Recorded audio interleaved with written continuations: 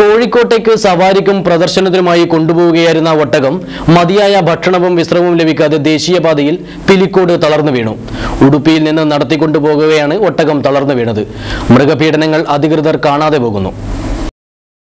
ഉടുപ്പിയിൽ നിന്ന് കോഴിക്കോട്ട് സവാരിക്കായി കൊണ്ടുപോവുകയായിരുന്ന 2 ഒട്ടകങ്ങളിൽ ഒന്നാണ് പിലിക്കോട് ഹയർ സെക്കൻഡറി സ്കൂളിന് സമീപം ദേശീയപാതയിൽ തളർന്നു വീണത്. ഒട്ടകം വീണത് കണ്ട് നാട്ടുകാർ തടിച്ചുകൂടി.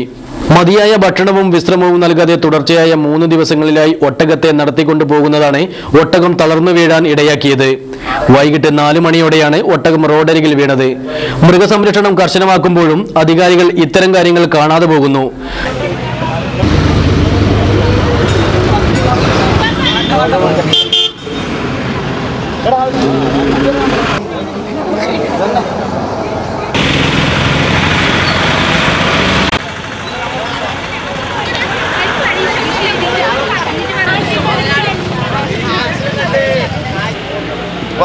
വെള്ളം കിട്ടാൻ വേണ്ടി കോഴിക്കോട്ടേക്ക് എന്തിനാ